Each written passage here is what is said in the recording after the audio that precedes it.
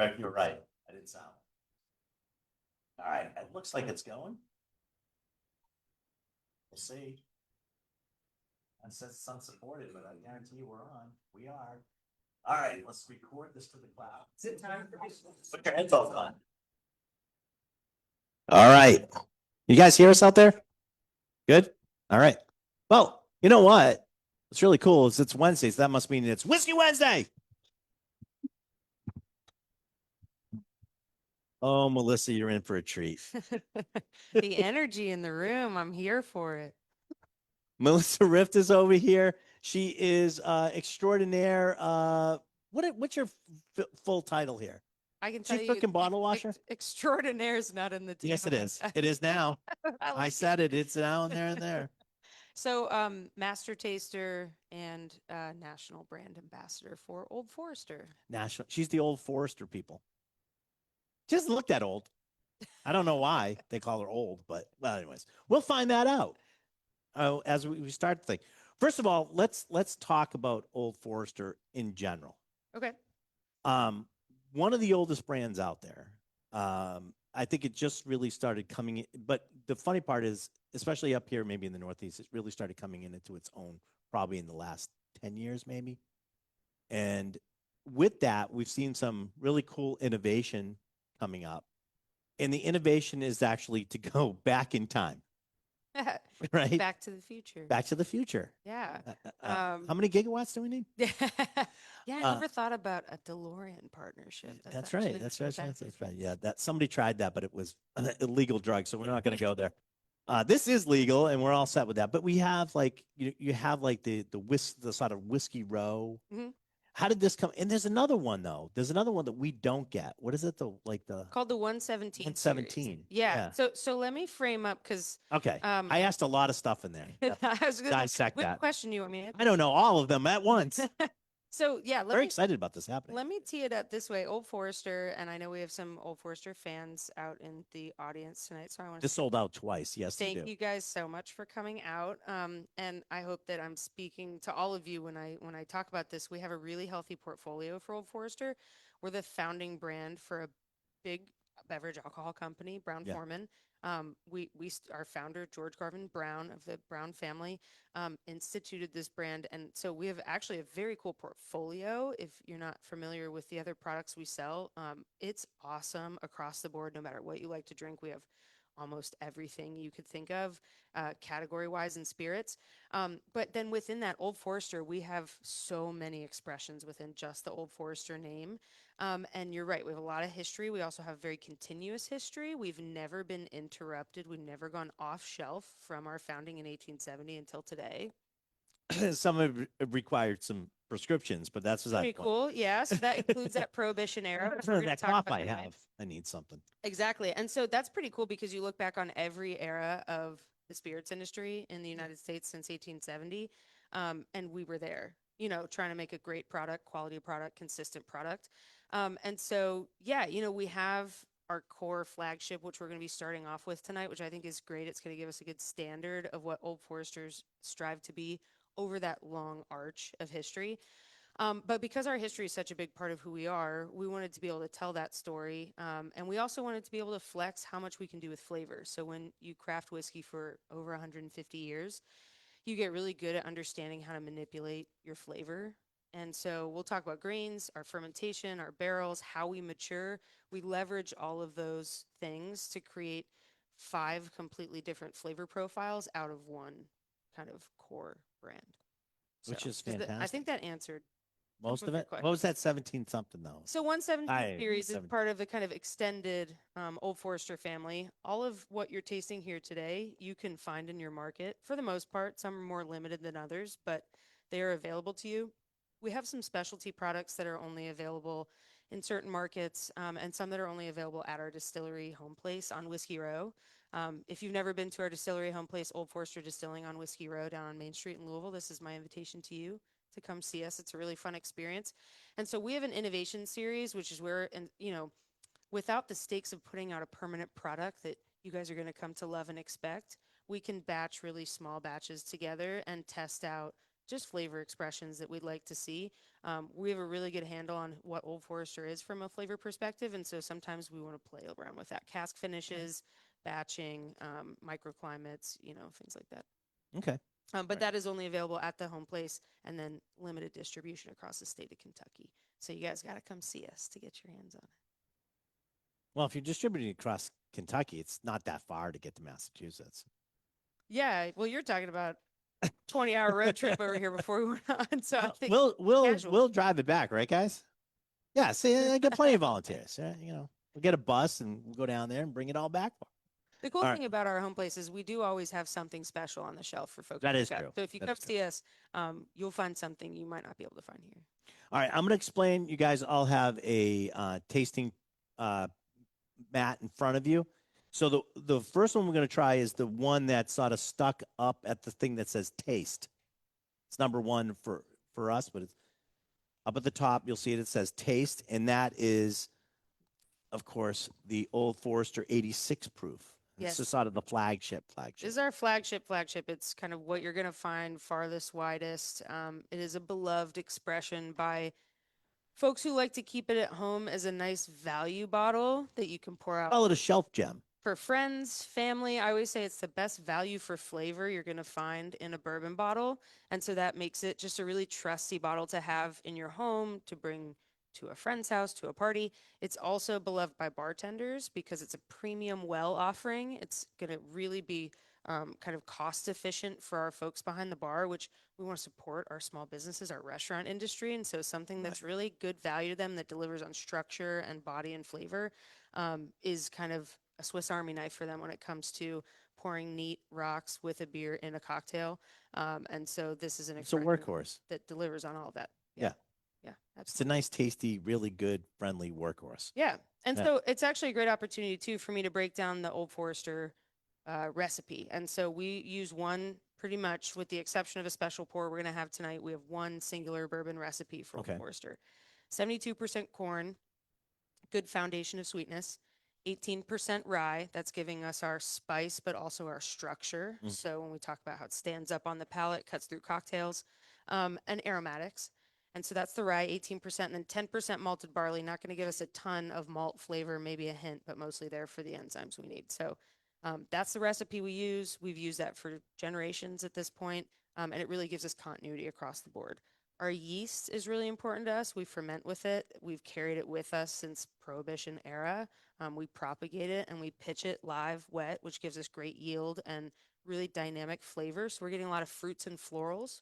So that is a proprietary yeast. It's proprietary, yeah. And so, bourbon, if you taste other brands with proprietary yeast, family, legacy Mhm. yeast, which there are others out there, which is such a fun part of the industry to engage in, you'll see kind of a fingerprint of flavor, nuttiness, spiciness, things like that. We get a lot of fruitiness, which is what originally attracted me to Old Forester. I love fruit in my whiskey because I think it rounds it out. Okay. So we're always going to have, Gives it balance. yeah, always going to have a fruit component. This one has a lot of citrus. If you nose it, you get a lot of that bright citrus in the aroma.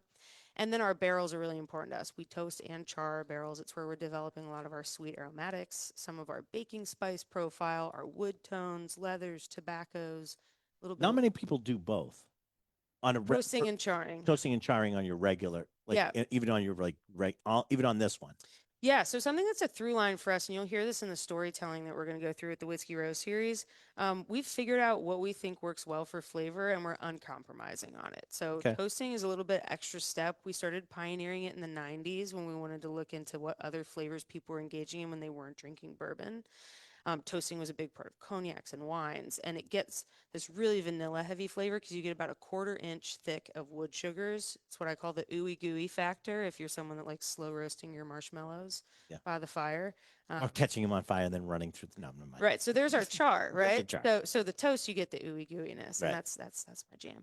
And so that's really important to us. That's why we get rich, developed flavors in all of these. And then of course how we mature. We use heat cycling in our warehouses, which generates steam in the wintertime when our barrels would otherwise sit dormant. And so that's going to give us really bold flavor extraction. So really all of those things are difference makers for us, and it culminates in our I have a question for everybody out here because we get like over 60 people here tonight. Because this one always sort of like gets me because everybody's into like, bourbon's a big thing right now, and it has been for the last, 15, 20 years at this point. And how many people have had the 86 proof? I'd say first time? Who's first time? I would say it's about half, right? Say pretty close. Yeah, I was gonna say 2/3, one Yeah, third. yeah. But it's half. different. Like it always shocks me because we've gotten to the point where we're always looking for like this. Yeah. We're not so concerned anymore about sort of the where everything originates, the base, the flagship, where really we like Old Forester's made its mark. Yeah. And it's funny now that we're sort of like where we are in sort of the bourbon bubble is that people are now starting to look at those shelf gems now. Mm-hmm. And it's saying like, okay, well, wait a minute. Can I get some of those flavors? Can I get some of those things? And I think this does deliver that. It is interesting because, yeah, you're right. Some people have become aware of Old Forester by way of the 1920 for Right. sure. It's been a really popular expression of ours. And so, yeah, the flagship product is interesting. And if you're someone that does go enjoy whiskey out at a bar or you call a cocktail at a bar, we are, like I said, very friendly as a premium well. And we have a huge presence in that kind of slot. And so lots of people discover the 86 proof that way. Well, the other part about that too is mostly when you start talking about that, about what other places are offering in that sort of realm, they're like 80 proof. You get a little bit of bump with that 86. Yeah.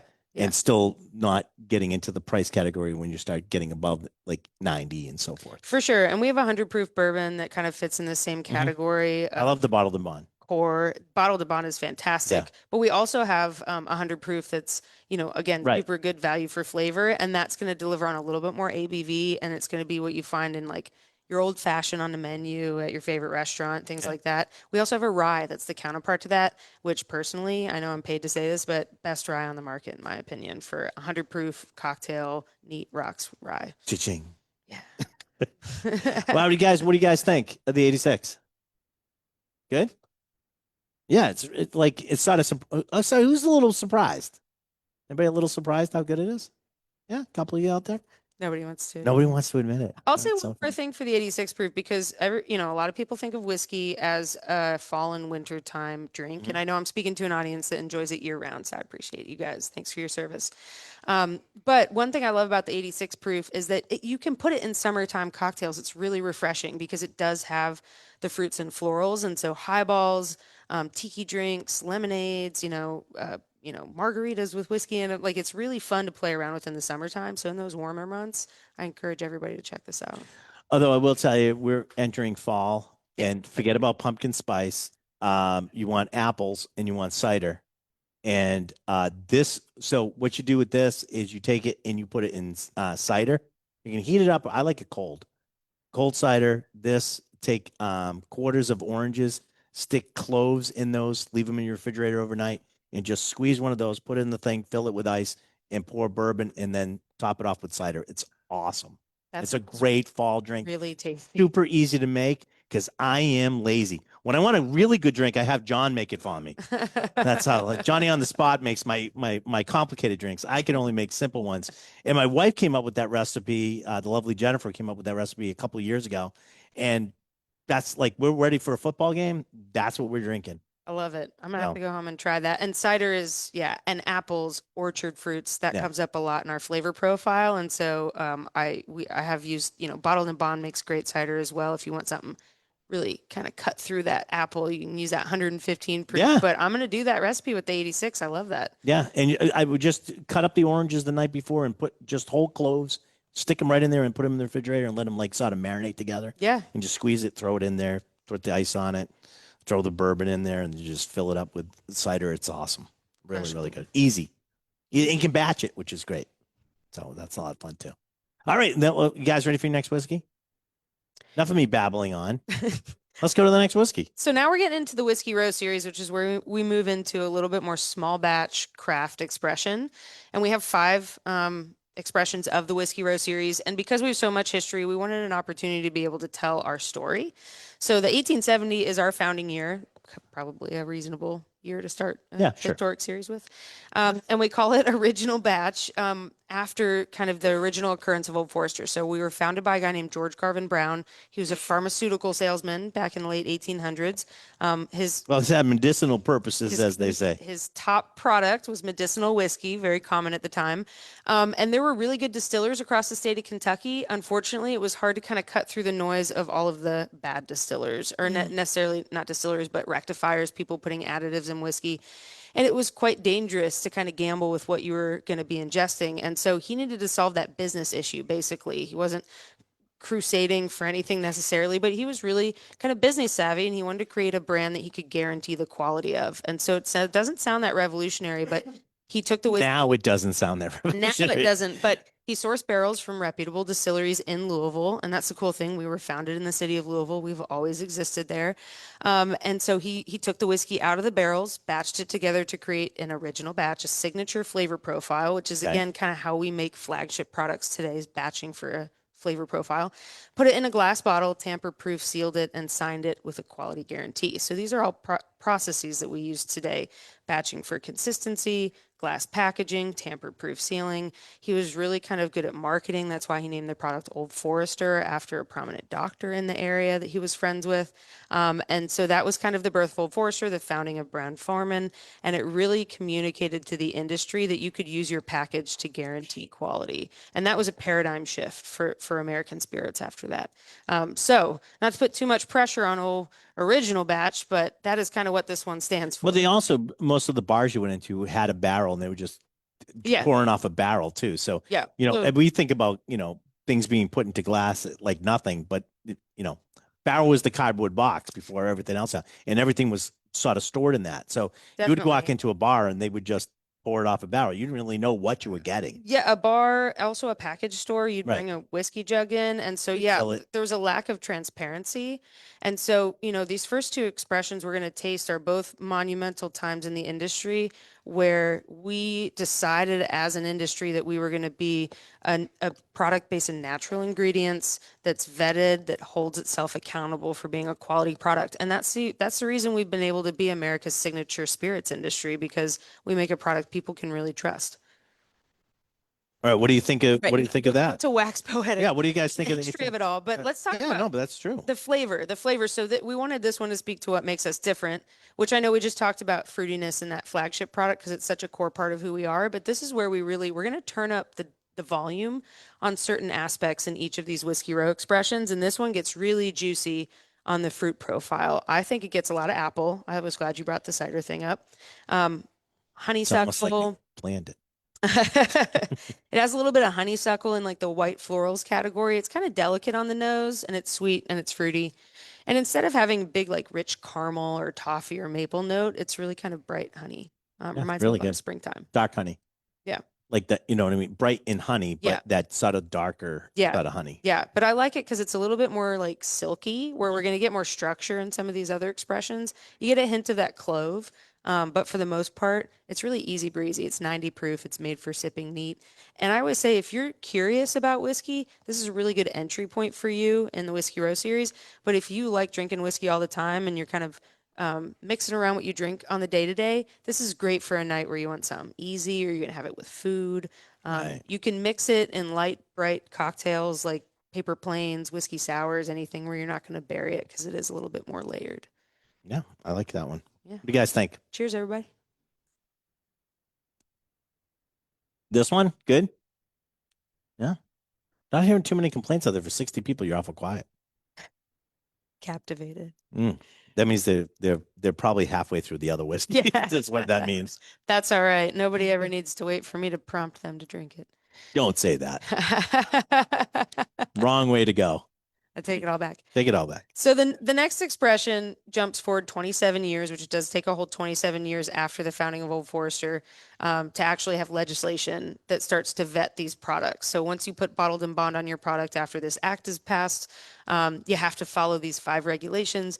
This was the first form of consumer protection in the United States, which is really interesting. The bourbon industry was really pushing the status quo on that because they wanted to, again, protect their industry and protect their consumers. And so we have created this one to be very classically styled Kentucky bourbon, kind of speaking to that act on Right. behalf of the whole industry. And so it's 100 proof, which is required for bottled and bond. It's a minimum of 4 years. 4 to 6 is usually the range we fall in for this whole series, with the exception of the age stated. And then, of course, we produce it at one distillery. That's Brown-Forman Distillery. It's batched from a single season, which is what kind of differentiates it from our core 100 proof expression. That one's going to be from a range of years. This one's a little bit more dialed in how we batch it Mm-hmm. and the size. And then, of course, we pay our taxes on it. Federally bonded Really? warehouse. That? You Oh, know. So those are your 5 rules. Yeah. well, you know what's cool about bottled and bond is I like bottled and bond because I think because it's and I think it goes back to that 100 proof and single season Yep. because I think Those are you the two. really sort of see the distillery characteristic. Mm-hmm. And when I'm like want to compare distilleries, it's one of those places where you can go and get a bottled and bond from if they all have bottled and bond, you can get a bottled and bond from here and a bottled and bond from there. Mm-hmm. And that's where you can sort of compare and contrast distillery characteristics Yeah, I was because just, it really is this. It's got its thumbprint yep. on it. I was just telling someone about doing a bottled and bond flight where exactly that. It's part of how you can stand. I like sequencing flights and tastings. Mhm. It's like a little like knack of mine because I came from the tourism side of things and we did that a lot.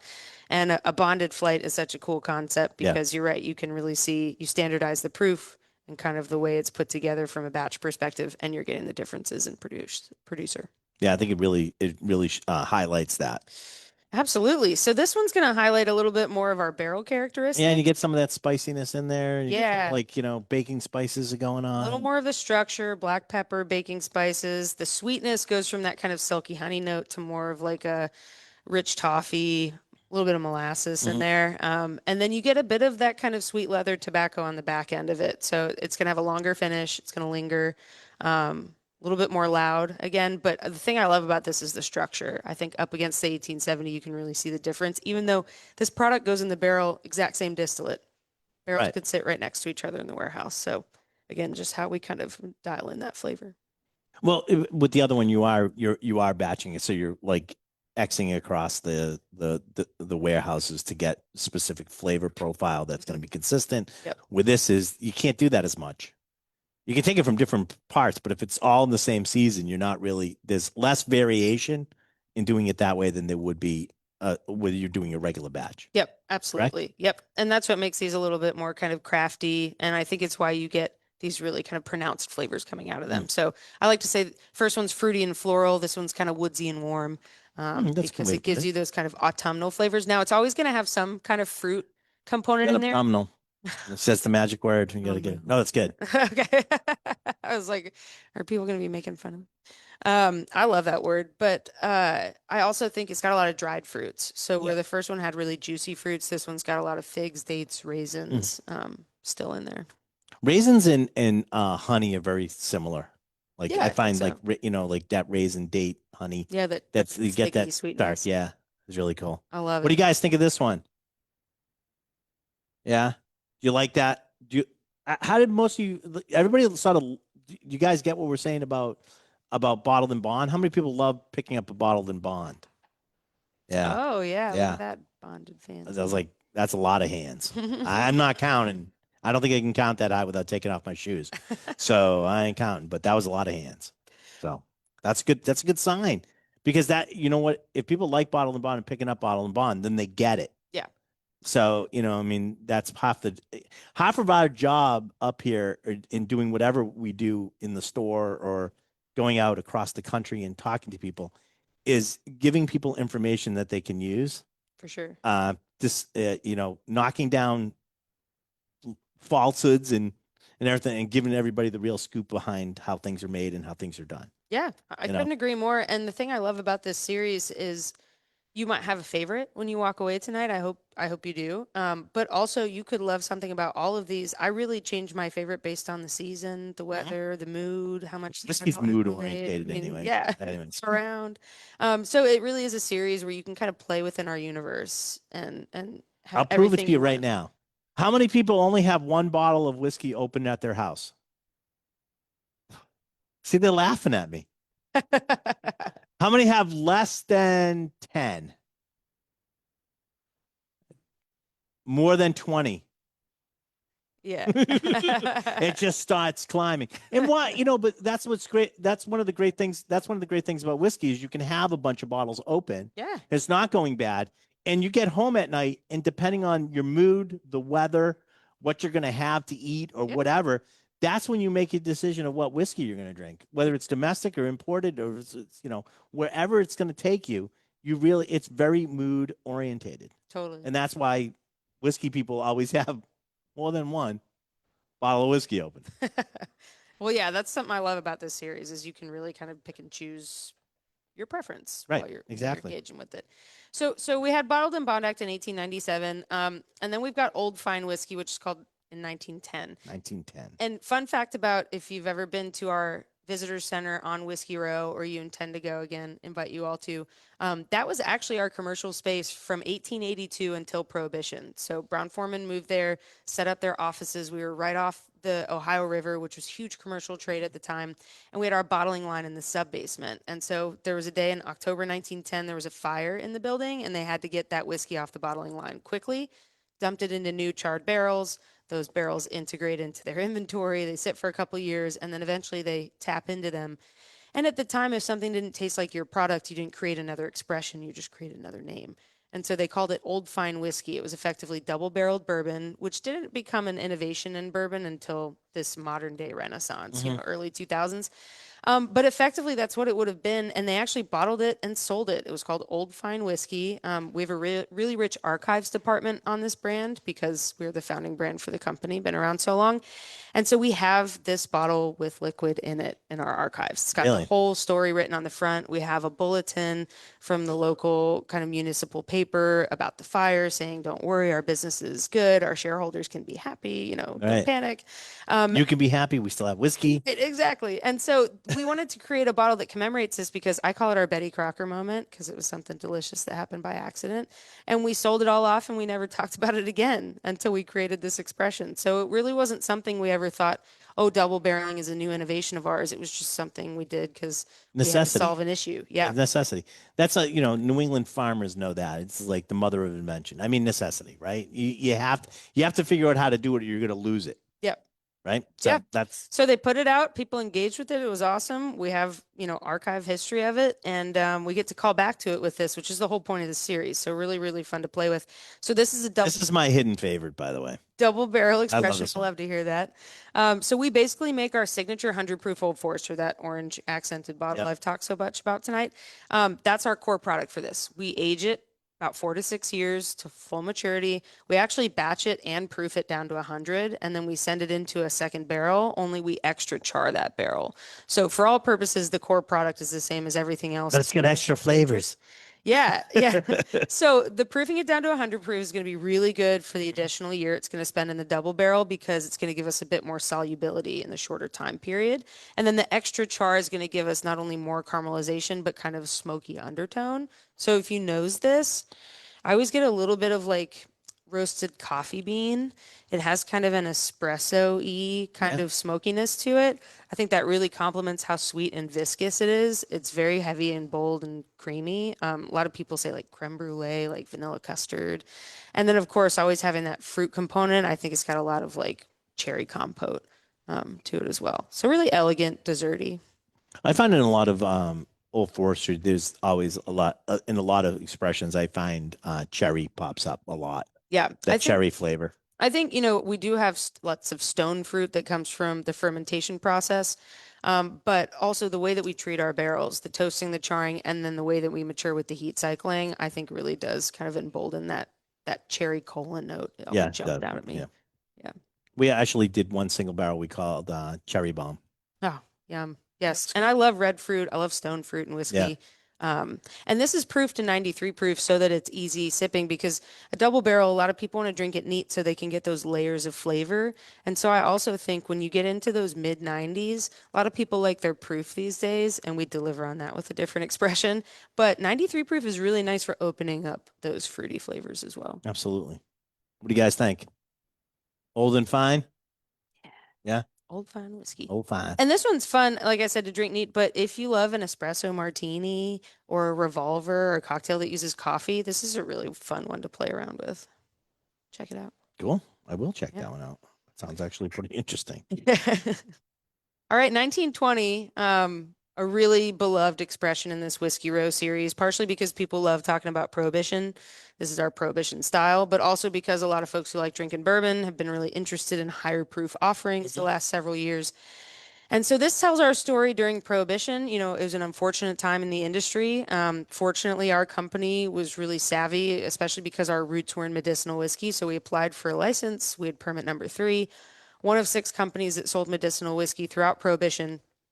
And the interesting thing about having a medicinal license is you couldn't keep distilling. You could only sell what you already had in your warehouse stocks, which inevitably starts to dwindle after Yeah. like the whole of the country gets sick with, my friend says, headaches and hangnails is what he Yeah, calls it. yeah. And so by like, 1923, 1924, we're starting to like run low on stocks. We start purchasing from distilleries that went out of business. We start kind of consolidating our inventory. By 29, we're almost out of what anybody else has made. And so the government kind of gets wise to this and they want to give us time to age it because it had to be 4 years to be medicinal at that point. And so we're given 100 days a year to start distilling starting in 1929. And then, 4 years later, repeal happens and we've got ready aged stock coming out of Prohibition. And that's what gives us our uninterrupted kind of bragging right Yeah. because we had whiskey when everyone else was just getting their stills back up and running. And it really gave us the confidence to go into what was actually a hard time. We had the Great Depression, we had the war. We were producing fuel grade ethanol for the war straight out of this time where we couldn't sell our product for a decade and a half. So it really shows the resilience of the brand. And I think that's what this product kind of encapsulates. So we proof it to 115 proof. That's what makes it Prohibition style, which was really the cask strength of the 1920s. We went in at a lower barrel entry proof back then, 110. And so 115 was usually where that medicinal. Where it just ended up being after 4 years. Yeah. And people always ask what made it medicinal from 1919 to 1920. And the answer is we didn't proof it down. same product. But, if you were. Because we said so. That's what it meant. It was for recreational consumption, but Right. cask strength, it's medicine. It's medicine. Yeah. Yeah. Yeah. If you proof it down, it's drinking. So what we've been able to achieve with this that I think is really interesting, and I think our toasting and charring and our heat cycling maturation is what makes this achievable. It's high proof. It really coats the palate. You get this huge pop of flavor on the front end, but it's really mellow and delightful on the back end. You get a lot of dark chocolate, toasted marshmallow. It's a bit nutty versus the rest of the series, but really enjoyable to sip even at that higher proof point. Now, I know everybody always talks about birthday bourbon because, Old Forester birthday bourbon doesn't get to be, very small quantities. We don't get a lot of it. We need to change that. And, but in a sort of substitute way, the 1920 for me is very close. Mm-hmm. It's probably a little bit sweeter Mm-hmm. than the birthday bourbon, but consistently, if you look across the board and you've had them time after time again, I sort of like the 1920 because it's actually more consistent. Yeah, I feel you on that. This is one if somebody's going like, I really like that. Well, get this one because you can pick it up on the shelf like it's readily available all the time, everywhere. So it's not the same. I know. Please don't. Well, let me don't send me some, but it's damn close. Off the top of my head, why I think that might be true for you is, so birthday bourbon is a vintage dated spirit. It's 1 day of production. It's part of what makes it so limited is we produce so many barrels. And then we let them age to 10, 11, 12 years. And that's in these heat cycles, right? So every winter we're pumping some steam in low and slow in the warehouses, get it up to a temperature, let it cool back down. Same as we get in the spring and fall, which means we have more evaporation, a sacrifice we're willing to make. But that also means that the liquid gets really concentrated. And so I think we get a lot of sweet aromatics, barrel spice, oak tones from that extraction process. And then it's super concentrated. And then we put birthday bourbon down to usually like the 95 to 105 range. Right. So we're getting concentrated with this because it's a higher proof. We're still getting sweet aromatics. It's not quite as old, but I think that's probably why you liken the two is there's similar flavors there when you're talking about concentration. Right. Yeah, it's not the same, but yeah, I can get this all the time. Yeah, absolutely. And it's really nice. And it's also great on the rocks because it's not going to lose its structure. Right. You get to taste it at a couple different proof points. It's also going to punch through in a cocktail. Really nice in a Boulevardier, a Manhattan, something where you're competing with really bold, bitter other flavors. Also, I know you had your cider recommendation, and this is, I'm not making this myself, but I have a bartender in town. Find your favorite local bartender that's into making cool stuff. And I provide a bottle, and she makes from scratch eggnog every year, and it like has changed my life. So check it out. Which recipe eggnog though? Yeah, What's but you gotta wrong? go with someone who has their own recipe. I can't Yeah. actually give you an eggnog recipe. Yeah. You went 2 steps further than me. That's true. Johnny, make that happen. Where is he? All right. So he goes running down. I mean, You Johnny on called the him and spot. he- Sorry, John. As you call him and he appears. All right. Yeah, that's okay. We need eggnog now. I'm just letting you know. Yes.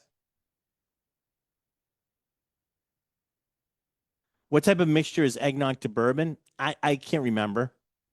But it's usually a classic drink recipe, John will tell you, is like what, a 3-1? 10 parts bourbon at 1 part eggnog. Johnny's drinks are strong. I will tell you that.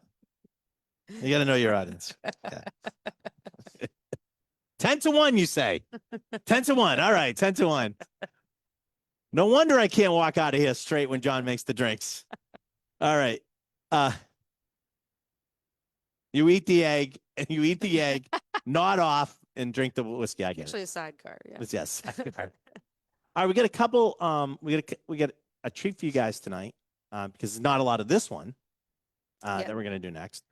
And why don't you introduce it and tell us what it is? Yeah. So everything we've tasted through so far is readily available. We'd love for you to go find it at your favorite liquor Julio's. store. There is no other liquor store. Jeez, oh my And God. pick it up and at your favorite bar. That's You can true. often find it behind the There are bar. those. There are those as well. But the 1924 is going to be a limited annual release. So it comes out once a year, and that's because it is a higher age stated product, which, as we've talked about, more evaporation, less of it. And so we have to kind of celebrate it once a year when it comes around. And it's a little bit unique, and actually, it's a lot bit unique. It's the only bourbon in our entire portfolio that's a different recipe. And if you remember when I was talking through Prohibition, I mentioned we couldn't keep making whiskey. And by about 1923, 1924, we started buying a lot of barrel stock from other companies. And so the government required that everyone who was doing that buy or have one site where they concentrate all of their inventory. And so we needed a warehousing site to keep all of our barrel stock. We ended up purchasing the site. It's been our corporate headquarters ever since then. And so it's where my office is today. Kind of a cool part of our history because it's been around for 100 years since then. And so we released this product actually in 2024, 100-year anniversary of that time, because it was also the first time Old Forester had changed in flavor. And the company was, when they were taking in all this barrel stock that was, going to be medicinal whiskey, they were putting it into a handful of brands that they were keeping on the market. And Old Forester was the household name for the highest quality product that came into their stock. And so this is really a celebration of that. It shows how much breadth we can have as a brand, even as a single grain recipe for our bourbon. We can play with a different recipe and still make it Old Forester. So this is going to be a little bit more corn, a little bit less rye, which means we're going to lose a little bit of that structure. But at 10 years old, we're also getting tons of maturation influence. Right. So I think, and you're welcome to pick it up and kind of get into it. Where we get kind of a lot of balance between Like I already drank it. between sweet and spiciness with some of these, especially these last three. This one's gonna have like sticky caramel, dusty cinnamon, Yeah. graham cracker. Like it has really like friendly sweet aromatics. And the spice profile is in there, but it's not necessarily creating as much heat. Okay. Have any of you had the 1924? Yeah. No. Who hasn't had it? Yeah. Almost the majority of the people have not had it. All right. That's great. So this is the first time trying it tonight. That's great. Yeah. I love it. I think it also has like a little bit of like a sherry or port essence going on in Yeah. the background. I can see that definitely. I think is really interesting. And that, I love texture in whiskey as much as I love flavor. And I just think it has like a nice velvety texture to it. So That definitely is there. yeah, really luxurious. Definitely worthy of its kind of Who status. likes this one? Yeah, it's good. It's a crowd pleaser. Well, very happy to get to share it with you guys tonight because we love this one. And then last but certainly not least, and I'm gonna have you tell Eagle me Thrill. I'm gonna have you tell me Eagle Thrill. a It's little about yeah. Well, this is our single barrel. yeah. So this is a lock and key single barrel chosen by the guys here at Lock and Key. We do all the barrels. John, Geo, myself, Randall go through and pick these barrels out of stuff we like. We're lucky we have Don Jean up here in the Northeast, and he makes sure that we only get the choicest barrels to pick from when we're not going down to Kentucky. So he sent us some samples up, and this one just blew the other ones out of the water. Was it unanimous? It was I unanimous. love a unanimous. Yeah, it's unanimous. We try to be like, listen, at the end of the day, it's usually my money buying it. So I sort of have the overrule thing, but we do usually that, and that's why we usually taste together. Sure. Because if any one of us is having an off day with their palate, we know we can count on the other person to Yeah. pick up the slack. Yeah. Because no one's perfect 100% of the time. You know, I love that because actually, I don't know how many people know this about me, but I like kind of built my career in single barrel selections several years ago. And so I did many over years. And it's a really interesting case study in group dynamics every single time. But now when I'm doing kind of my master taster work of it all, especially like writing tasting notes or determining a proof, I have to do it with like a few colleagues because I really need that feedback from people because I really just, yeah, exactly. It Yeah, should but the be funniest part is Randall and singular. I have been doing it together the longest together picking barrels. We don't even talk to each other anymore. It's just like, and things move around the table, and we both go, yeah. And people are like astonished, like, do you guys ever talk to each other? No, we don't need to expound on like, some people get up there and they have to like hold the glass up and just give a diatribe for like 20 minutes on why they liked one aspect of this whiskey. It's like, no, that's the best one. Let's move. We've got to move on Yeah. because that's it. We already know the answer is yes. Yeah. You mentioned you Right. had a really quick single barrel selection in a conversation we had earlier. And I thought, I know exactly that kind of guy. Quick decisions, go with your gut. I like it. That's it. Yeah. But you can go back and hem and haw. Yeah. But at the end of the day, you're still going to come back to this You one. know which one you You know like. which Yeah. one is the best one. Well, tell What we me usually. about what you liked about it. Let me drink it again. You be the master taster. I mean, what's not to like about it? Hmm. I mean, this is so depth of flavors. There's cinnamon in there. There's that we talked about those fruit. There's cherry in there. Mhm.